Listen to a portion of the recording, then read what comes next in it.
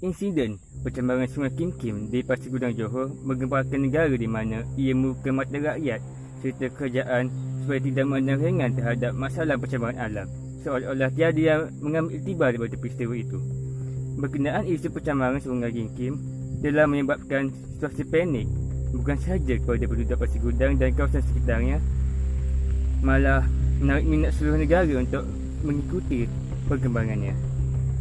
Kami akan membincangkan 5 aspek berkaitan dengan Sungai Kim Kim, iaitu aspek ekonomi, politik, sosial, budaya dan alam sekitar.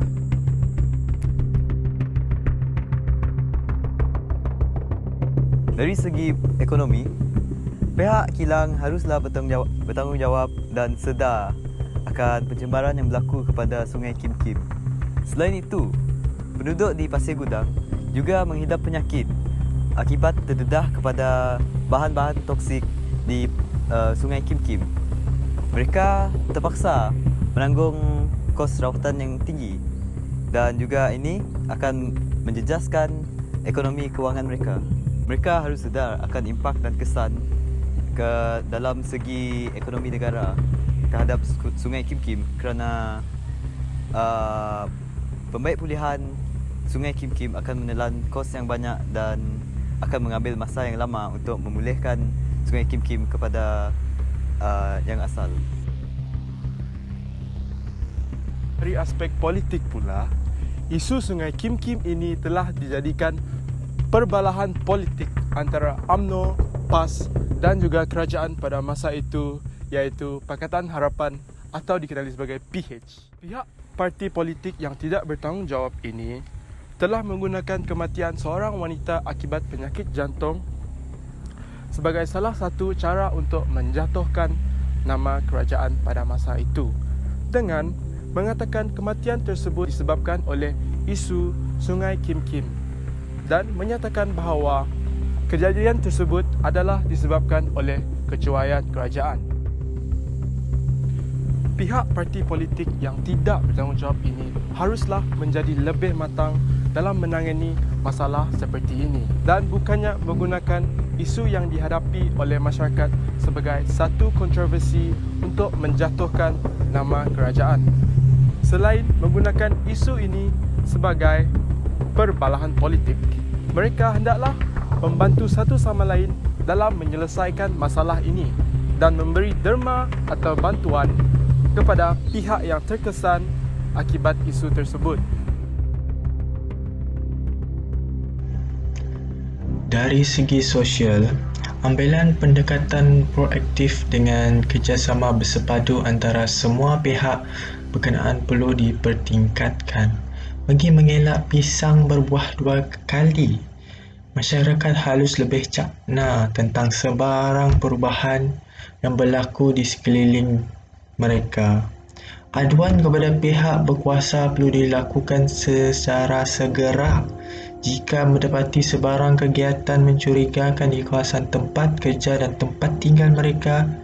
Masyarakat perlu bekerjasama membantras kegiatan-kegiatan yang mengakibatkan pencemaran alam dengan melaporkannya kepada pihak yang berkuasa yang berkaitan seperti Polis Diraja Malaysia (PDRM). Sehubungan dengan kejadian ini, suspek yang dipercayai yang terlibat dalam kejadian ini telah ditahan bagi membantu siasatan. Dipetik dari laporan akhbar harian Metro yang disiarkan pada 20 Mac 2019, pihak polis mengatakan individu yang ditahan dalam kejadian itu seramai 10 orang. Kertas siasatan akan diserahkan kepada pendakwa raya dalam masa yang terdekat untuk tindakan seterusnya. Katanya hasil siasatan pihaknya berjaya menemui lori dipercayai digunakan untuk membuang sisa toksik dan kenderaan itu turut diterampas. Kes disiasat mengikut Seksyen 278 Kanun Keseksaan KK kerana menjadikan udara berbahaya kepada kesihatan. Seksyen 284 KK kerana kelakuan cuai berkenaan benda beracun dan Seksyen 326 KK yang menyebabkan cedera parah.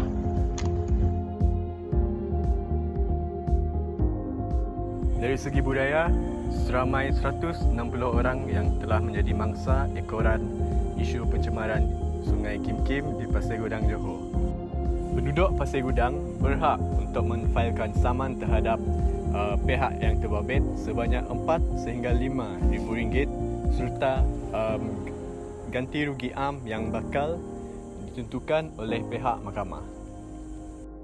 Hal ini kerana ramai penduduk Pasir Gudang yang telah terjejas hasil pendapatan mereka dan juga terpaksa hidup dengan penyakit kronik, terutamanya adik Irfan yang telah disahkan menghidap penyakit neukimia akibat terhidu gas beracun ini. Antara tuntutan saman daripada penduduk Pasir Gudang adalah pihak berkuasa gagal memberi perlindungan kepada mereka dan juga tidak memindahkan penduduk yang berada dalam jarak 1,000 meter daripada kawasan terbabit. Ini adalah menurut daripada peguam yang mengambil alih kes ini, iaitu pihak Jabatan Saliran dan Pengairan Negeri Johor. Dari aspek alam sekitar, pihak kilang sepatutnya mengamalkan sikap prihatin terhadap alam sekitar dengan mengelakkan hubungan toksik dalam Sungai Kim Kim secara haram. Ia adalah penting bagi mengekalkan hubungan yang harmoni antara alam sekitar dengan manusia. Dalam isu penyebaran ini, ia telah mempengaruhi keseimbangan ekosistem dan menjejaskan kesihatan seramai 160 orang penduduk Pasir Gudang. Selain daripada pencemaran air, ia juga menyumbang pada pencemaran udara. Kebanyakan penduduk terpaksa menghirup gas toksik yang mengandungi 9 bahan kimia yang berbahaya dan salah satu bahan kimia yang paling bahaya ialah akrolin.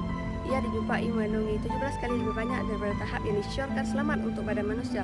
Pihak kerajaan perlu mengambil tindakan segera untuk menyelesaikan masalah ini demi pemeliharaan dan pemeliharaan alam sekitar. Konklusi daripada 5 aspek yang dibincangkan di dalam isu Sungai Kim Kim ini adalah pihak yang menyebabkan pencemaran ini haruslah bersifat moral dan bertanggungjawab untuk menanggung kos pembaikpulihan Sungai Kim Kim. Selain itu, pihak parti politik haruslah menjadi lebih matang dalam menghadapi situasi seperti isu Sungai Kim Kim. Seterusnya, masyarakat perlu bekerjasama membanteras kegiatan-kegiatan yang mengakibatkan pencemaran alam dan dengan melaporkannya kepada pihak berkuasa serta-merta. Di samping itu, masyarakat haruslah menyelesaikan isu-isu seperti isu Sungai Kim Kim dengan cara yang betul, iaitu dengan menyaman pihak yang bertanggungjawab. Akhir sekali, pihak kilang hendaklah mengamalkan sikap prihatin terhadap alam sekitar dan tidak membuang sisa toksik sesuka hati, tidak kira jika ia berbahaya ataupun tidak berbahaya.